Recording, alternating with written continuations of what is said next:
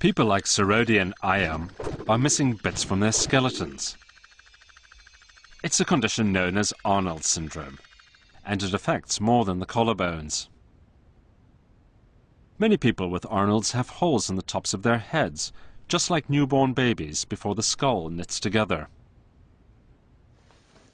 Hello, Professor Peter Bayton has been studying this syndrome for more than 30 years. Can I first of all see your hands? Can you do this for me? People with the gene in this country have a bulgy forehead, pointed face. In the clavicles, there can be anything from absent to totally normal. Usually, and they can be asymmetrical. Usually what you find is a bit of asymmetry on one side and a bit of clavicle absent on the other. Okay, my love, can I have a look at your shoulders first of all, these clavicles? There we are. And this one's got a bit of a bump. So can you do that for me? That's it. Can you do that? Arnold syndrome varies in severity. Nuran Arnold can pop out what's left of her collarbone. This is sticks out quite a long way, doesn't it? Doesn't hurt though. This X-ray shows the missing section. But in extreme cases, people with Arnold's can do this.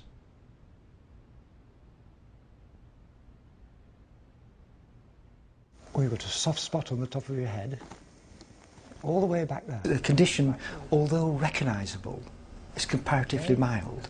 In other words, technically there's no biological pressure against it. If you've got the gene, the probability is you'll hand it on to half your children, they will survive and hand it on to half of theirs.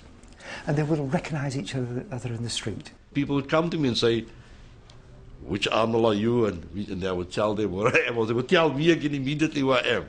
And I have to ask them, who are they? Allahu Akbar, Allah.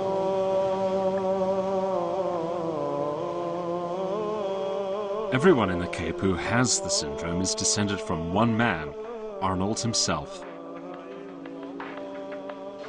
He was a sailor, perhaps Javanese or Chinese, and he arrived in the Cape in the 19th century.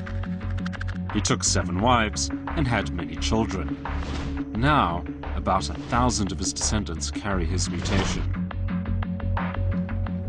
The mutation was discovered in 1997. It disrupts a gene called CBFA1, which switches other genes on and off in the cells that make bones. Arnold's mutation stops this. The result is missing bone.